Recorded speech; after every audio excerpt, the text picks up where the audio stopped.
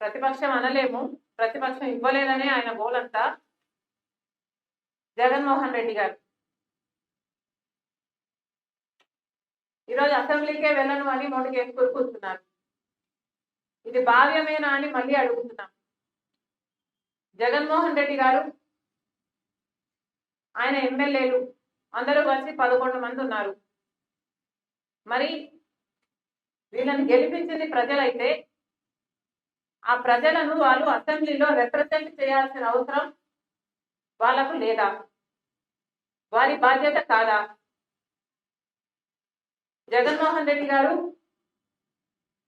అసెంబ్లీకి వెళ్ళను, నాకు ప్రతిపక్ష హోదా ఇవ్వకపోతే నాకు మైక్ ఇవ్వరు, నన్ను మాట్లాడనివ్వరు అని చెప్తున్నారు. అయ్యా, నీకు ఎందుకు ఇవ్వటం లేదు ప్రతిపక్ష హోదా? మీ స్వయం కృతాపరాధమే కదా.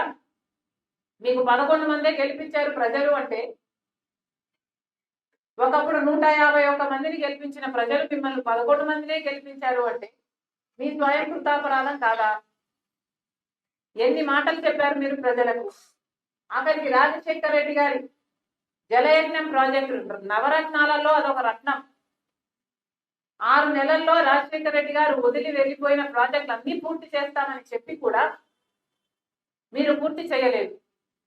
ఇలా 1 కాదు 2 కాదు, పూర్తి మద్యపాన నిషేధం అని మోసం చేశారు. 3000 కోట్లతో ధర స్థిరీకరణ నిధి అని మోసం చేశారు. మెగా డిఎస్సి అని మోసం చేశారు. ఇలా ప్రజలు మీ అవినీతి అక్రమాలను గమనించారు కాబట్టే మీకు 11 సీట్లే ఇచ్చారు. పోనీ అవైనా ఇచ్చారు కదా, ఇచ్చారు అన్న కృతజ్ఞత అయినా ఉండాలి కదా. ఇది చాలా విడ్డూరంగా ఉంది. మళ్ళీ చెప్తున్నాం, this is not right. Jaganmohan Reddy గారి అహంకారం, అజ్ఞానమే బయటపడుతుంది. ఒకవేళ జగన్మోహన్ రెడ్డి గారికి ఏమైనా అసెంబ్లీకి పోయే ధైర్యం లేదా, లేక ఆ సామర్థ్యం లేదా, జగన్మోహన్ రెడ్డి గారు సమాధానం చెప్పాల్సిన అవసరం ఉంది. ఈరోజు జగన్మోహన్ రెడ్డి గారి వైసీపీ ఎమ్మెల్యేలకు కూడా ఈ ప్రశ్న అడుగుతున్నా. మిమ్మల్ని ప్రజలు గెలిపించారు. ఎందుకు గెలిపించారు? మీరు వాళ్ళ రిప్రజెంటేటివ్స్ గా ఉంటారు అని గెలిపించారు. మీరు ఎమ్మెల్యేలు అయ్యారు. ఎమ్మెల్యే అంటే అర్థం ఏమిటి? Member of legislative assembly. మీరు ఏమిటండి మెంబర్ ఆఫ్ లెజిస్లేటివ్ అసెంబ్లీ? మీరు అసెంబ్లీకి వెళ్ళకపోతే వాట్ ఆర్ యూ? ఆలోచన ఉండనవసరం లేదా? ప్రజలు మీకు ఓట్లేసి గెలిపించారు. మీ డెఫినేషనే అది, మెంబర్ ఆఫ్ లెజిస్లేటివ్ అసెంబ్లీ అని. మరి అలాంటప్పుడు మీరు అసెంబ్లీకే వెళ్ళను అంటే మీరు ప్రజలకు వెన్నుపోటు కొట్టడం కాదా? మీరేమైనా ప్రజలకు ముందే చెప్పారా మేము ఓడిపోతే అసెంబ్లీకి పోము అని? చెప్పలేదు కదా. ప్రజలు ఏమనుకున్నారు?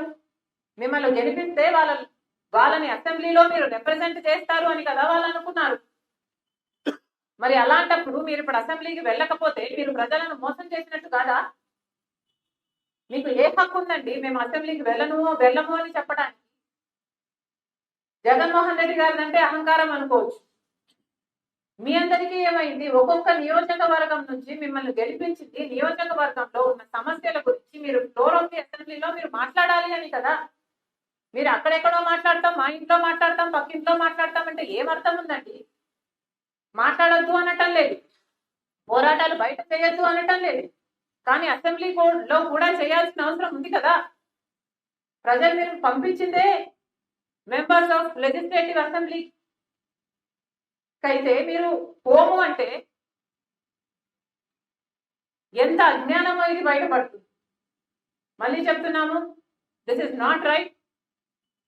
వైసీపీ ఎమ్మెల్యేలకు కూడా చెప్తున్నాను, దిస్ ఇస్ అబ్సల్యూట్లీ రాంగ్. నిన్న బడ్జెట్ ప్రవేశపెడుతుంటే మీరు కనీసం అటెండ్ కూడా కాలేదు. ఇక బడ్జెట్ డిస్కషన్ కూడా మీరు అటెండ్ కాకపోతే అసలు ఈ బడ్జెట్ లో తప్పు ఉంది అని అసెంబ్లీలో ఎవరు మాట్లాడేవాడే లేడు. This is ridiculous.